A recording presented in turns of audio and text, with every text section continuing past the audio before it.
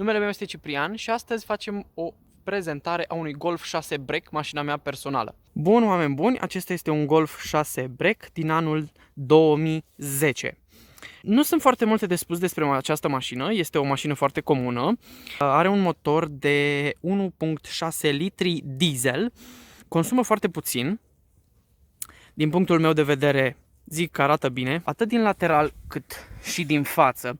În spate se putea și mai bine, dar haideți să vedem cum arată din toate unghiurile. Mașina arată destul de bine pentru anii ei, are mici zgrieturi, dar eu zic că pe ansamblu arată bine. Pe dedesubt, mașina se prezintă într-o stare... Nu am un elevator, dar vă zic sincer că mașina se prezintă foarte bine, nu are urme de scurgeri, rugina este superficială și în straturi foarte mici. Arată destul de bine pe dedesubt. Cam așa arată și toba finală, articulațiile și tot ce se mai poate vedea pe dedesubt. Arată super bine. Cam așa arată și în partea din spate. Bun. Așa arată și toba. Așa arată brațele spate. Arcurile sunt schimbate recent. Dacă se poate observa. Da, cam așa arată. Așa se prezintă locurile din spate. Îmi pare rău pentru mizerie, dar este spațiu suficient pentru 3 persoane pentru a călători la drum lung. Bun, portbagajul este unul destul de mare, relativ încăpător. Chestii uzuale care trebuie unei mașini. Haideți să vedem. Are și roată de rezervă de dimensiuni mari.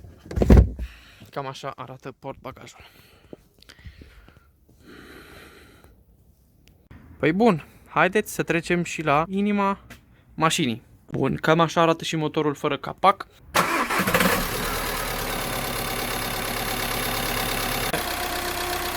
Cam așa pornește la rece după 2 zile în care n-am mai pornit-o. Eu zic că pornește relativ ok. Vedem cum arată și martorii de bord. Cam așa pornește. N-ajung eu la ambreiaj, ba da, ia să vedem cum pornește. Comenzi pe ușă pentru toate geamurile electrice. Oglinzi electrice încălzite, nu și pliabile. Cam așa arată un Golf 6. Aceasta am schimbat eu. Da. Cum se ține în mână acest volan? Ei bine, sincer, nu prea se ține bine, pentru că nu ai suport aici în spate. Bucățile astea fiind foarte mari, nu prea ai un suport foarte bun. Intră degetul ăsta aici și degetele astea stau cam, ar trebui să stea așa, nu poți conduce așa.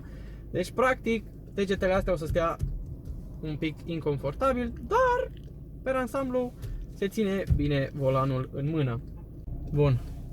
Haideți să facem și o plecare de pe loc.